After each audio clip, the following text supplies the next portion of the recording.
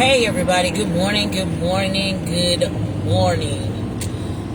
Well, today is December the 27th. That means we have 4 more days and 2024 is a wrap and it is in the books. First of all, what are the things that you've learned? What are the things that you definitely would have done different? And what are the accomplishments that you've made? What are the changes in your life that have occurred to make you a better person? Where is your walk with Christ at the end of the year compared to where you started at the beginning of the year? What are the tests and trials that you've gone through that have shaped, molded, strengthened, encouraged, grown, stretched, even shown you things that need to be cleansed and purified out of your heart? What has transpired that lets you know that your mind needs to be changed and needs to be thought of? What are the things that you've been through in 2024?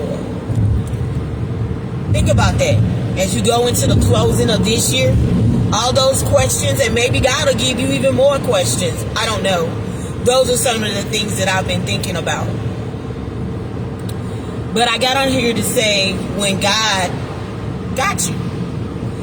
And what I mean by that is there's a situation that I've been going through, I'm going to say at least for the past year, all of this year. Probably last year too, but I know all of this year. And it was a situation where I was getting mad, getting angry, getting upset. I'm trying to fix it. I'm trying to do everything in my power. But how many of us know it's not for us to fix? It's not even in our power to fix it. It is a situation that we're to give to God, but not keep taking it back. Because I was giving it to God, but I also kept taking it back. Then I would give it to God, and then I would take it back. And then I would give it to God, and then I would take it back. But finally, God was like, you know what? I need you to get your hands off of it. I need you to leave it alone. And I need you to know that the truth will come out when you leave it alone. When you give it to me and you let me be the one to take care of it instead of you trying to fix it. Because you're trying to fix it is you trying to fix it in flesh. Flesh can't fix anything. I am ultimately in control. I see and know all, and I know how to fix it. But as long as you keep playing the Indian giver game, I'm going to give it to you, but I'm going to take it back. I'm going to give it to you, but I'm going to take it back. I'm going to give it to you, but I'm going to take it back. Then I'm going to leave my hands off of it. But when you truly can trust me, no matter what the circumstances are, no matter what's being said, no matter who's lying, no matter how it's coming out, if you can just trust me and totally give it to me, watch what I will do with that. And so I made a post, I don't know, probably about a couple of weeks ago. And I'm here to say that when I tell you that God is unveiling everything, that everything is coming out, that everything is being seen, that God is actually the one that has got my back, and the situation was that it was all me, it was all my fault, I was the bad person in it, it was just me. But the moment that I obeyed and I let it go and I got my hands off of it, God has been revealing over and over and over and over again that no, it wasn't you. You were telling the truth. You were trying to say this is the situation, but they didn't want to hear it. But now they can see it for themselves. So when God says he got something and he got you, know that God has got you. And that he's got the situation. And that what your goal is to leave it alone. What your thing is to, get your hands off of it. And when God begins to start working on your behalf, you cannot be prideful about it. You cannot rejoice in what's happening. All you can do is just pray that God gives mercy, that God gives grace. That's all you can do. But don't be boastful. Don't be prideful. Don't be relishing in what is happening to the individual or in the situation or whatever it is. Don't do that. Because then that causes God to be like, oh, really? You know, the same thing can happen to you. We don't want that. We want to just have mercy and grace and pray for mercy and grace for the situation and for the individual or whatever it is. We often forget that, I think, sometimes, me included. You can't be prideful. You can't be boastful. You can't say, ooh, look at that. He got you. No. We should still be humble and in humility and be praying for mercy and for grace for God, for the situation or the individual or whatever it is that is occurring. Because but for God, it could be us. What are the things that we have done that if it hadn't have been for God's grace and mercy, it could be us on the other end of that thing? I'm just saying. So in the situation as I'm watching God do what God is doing, I'm not boastful, I'm not bragful, I'm not prideful about it. I'm actually feeling kind of sad because it is a situation that did not have to be. But God knows all and God sees all.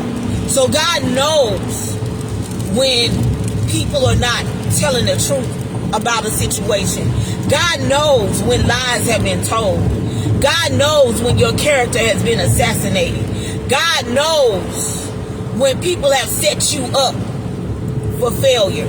God knows when people have put you in a situation out of spite, out of envy. God knows it all. And God is the only one that knows how to correct it or how to fix it. We don't. Because let's be honest. If we go and try to fix something, we're not gonna be using the spiritual mind all the time. We're gonna be like, yeah, you know what? Yep, that's what I'm gonna do. You did that, I'm gonna do this. But God doesn't do that. God is a man of honor and fairness. God knows how to fix the situation better than we ever could. So we have to allow God to be God in the situation, no matter how long it takes, no matter what it looks like. And above all, we have to not be Indian givers. Don't give it to God and then say, oh, and then go and take it back. And then, okay, God, I'm going to give it back to you. But then go and take it back. Okay, God, I'm going to still give it back to you. But then go and take it back. No. Or we putting our hands in, well, God, I think, oh, yeah, let's do this over here, God. This. No. Because God doesn't need our help. All God needs us to do is to trust and believe Him and to pray for mercy and for grace for the individual and the situation. Sometimes it's an individual and a situation. That's all God requires for us to do is to trust Him, keep our hands off of it, don't be an Indian giver, and pray for grace and mercy over the individual and the situation. Not to be bragging and boastful about it, no. We give a testimony of how, you know what, I kept being an Indian giver, but when I completely took my hands off of it and completely gave it to God and trust God, then God began to move and the truth was unveiled, or the assassination of my character, I've been redeemed, because God redeemed it. God brought to light everything that I had already been saying, but I had to take my hands off of it. I had to do all those things I just spoke about in order for God to move. And it's hard sometimes, because we look at God is moving too slow. These people out here, they lying on me. They assassinating my character. They misjudging me. They not telling the whole truth. They just telling what they want to tell, because they want to not be in a bad light. But God, I'm getting drugged. I'm getting dragged. I'm going through. So we decide, well, God, you take it too long. I can help. But we're not helping. We're hindering. We're making it worse. But the moment that we can truly trust God and truly say, you know what, God, I know you got me, and I'm going to leave it alone. As hard as it is, I'm going to leave it alone. And I'm going to let you do what you do. And when we do that, truly do that, then God truly begins to do what he does. But it's not until we leave stuff alone. It's not until we stop trying to meddle, trying to fix it, trying to put our little spin on it. He doesn't need our help. He doesn't need our help at all, because he's God and he's got it. And he knows the best way to handle the situation better than you, better than me, better than all of us. He knows the situation and he knows how to handle it. But what we have to do, we got to trust God. And we have to know that when God says, I got you, he got you. God is not like man. He's not like we are. When somebody can say, I got you, and they drop you. Or somebody say they got you, but they only got you for a little minute. Or somebody say they got you, but yeah, they got you, but they don't really have you the way that you think that they should have you. But when God says, I got you, it's just that God has got you. And God doesn't drop you. We drop God, but God doesn't drop us. We drop God, but God doesn't drop us. So when God says, I got you in a situation, we can trust and believe God has got me in that situation. God has got me in everything that's going on. I have to make sure that I don't drop God. All right. It was quick, short, to the point. That's all I have. I will probably come back either Monday or Tuesday with an announcement about 2025. But we'll see. One thing I am going to say is 3 years ago, I believe it was in the fall, either in the fall or in the winter of 2021, we did a virtual intercessors conference. And so I have the videos on YouTube on the ministry page, and one of my dear sisters, family, to me, she went back and she mentioned in a family group chat that we have that she went back and that she watched the videos from the intercessors conference and how it really blessed her. And I had been thinking for a while about hosting those videos of the conference, even videos of the interviews that were done with the different speakers prior to the conference. And so I'm on vacation, thank the Lord, next week. And I plan to work on uploading those videos to the ministry Facebook page. And so I pray that as God sends people across them, that they will bless them, that they will encourage them, and that they will minister to them like they ministered to those that attended the virtual intercessors conference that I had for the ministry 3 years ago.